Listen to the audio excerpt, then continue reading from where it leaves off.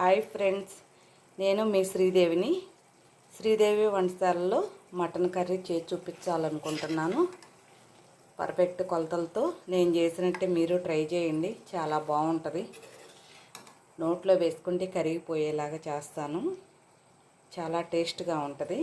మీకు నచ్చితే కామెంట్ చేయండి, లైక్ చేయండి, షేర్ చేయండి. ఇదే కొలతలతో చేసుకుంటే ఎన్నిసార్లు తినాలనిపిస్తుంది. ఎంత తినేది తెలియదు, అంత టేస్ట్గా ఉంటుంది. ఎలా చేయాలో స్టార్ట్ చేద్దాము. ఓకేనండి, స్టార్ట్ చేద్దాం. మటన్ కర్రీకి ఫ్రెష్ మటన్ అండి, కడిగి శుభ్రంగా వడేసి పెట్టాను. మనం ఇప్పుడు స్టార్ట్ చేద్దాం. సరిపడా ఆయిల్ వేసుకుందాము. మరీ ఎక్కువ వాడకండి ఆయిల్. మటన్లో ఎలాగో ఉంటుంది కొవ్వు పదార్థం. చెక్క, లవంగాలు, బిర్యానీ ఆకు. ఇప్పుడు ఉల్లిపాయలు వేసుకున్నాం. ఇవి పచ్చి వాసన పోయే వరకు వేయిద్దాం. ఉల్లిపాయలు చూడండి అలా వేగినాయో. ఇప్పుడు మనం టమోటా ముక్కలు వేసుకుందాం. వీటిని కూడా మగ్గనిద్దాము.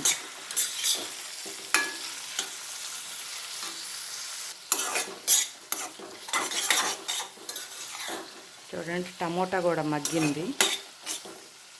దీంట్లోకి పసుపు వేసుకుందాం, కొంచెం సాల్టు, కడిగి పక్కన పెట్టుకున్న మటన్ వేస్తున్నాను.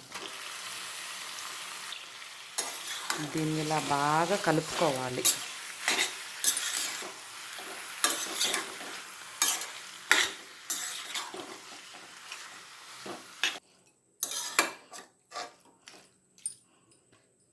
దీన్ని ఒక 5 నిమిషాలు ఇలా సిమ్లో ఉడకనిద్దాం.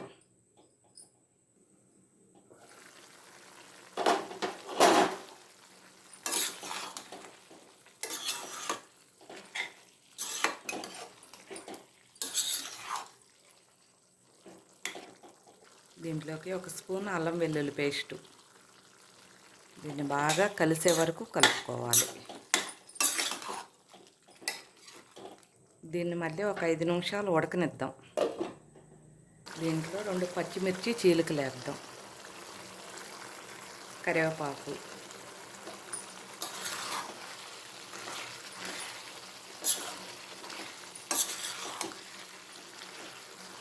కారం, ఉప్పు తగినంత సరిపోయిన వరకు వేసుకున్నాము. మళ్ళీ ఎక్కువైతే తినలేం కాబట్టి మనం ముందే తక్కువ వేసుకున్నాం. సరిపోకపోతే లాస్ట్లో వేసుకోవచ్చు.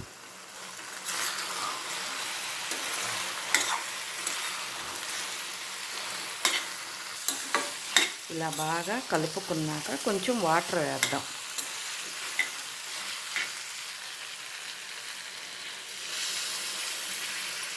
బాగా గ్రేవీ వస్తుంది.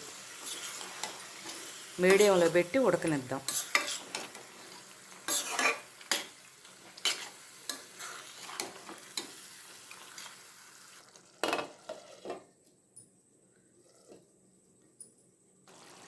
చూడండి ఎలా వచ్చిందో గ్రేవీతో.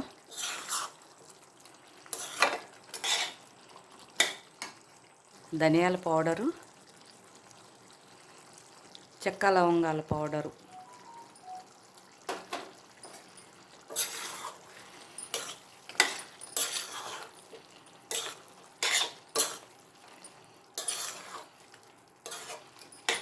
ఆహా ఎంత గుమగుమలాడిపోతుందో. కరెక్ట్ కొలతలతో మనం ఇంట్లోనే మటన్ చేసుకుంటే చాలా బాగుంటుంది. అందరు కుక్కర్లో ఉంటారు, కానీ నేను విడిగా చేస్తాను. చాలా బాగా వస్తుంది, స్మూత్గా ఉంటుంది. ముక్క కూడా ఉడికిద్ది. కొంచెం కొత్తిమీర తరుగు వేసుకుందాం.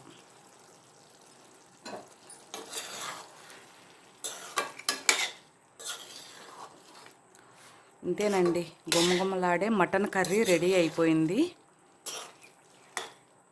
ఇదే కొలతలతో మీరు ట్రై చేయండి. మీకు నచ్చితే కామెంట్ చేయండి. కొత్తగా నా ఛానల్ చూసేవాళ్ళు సబ్స్క్రైబ్ చేయండి, కామెంట్ చేయండి. ఓకేనండి, బాయ్.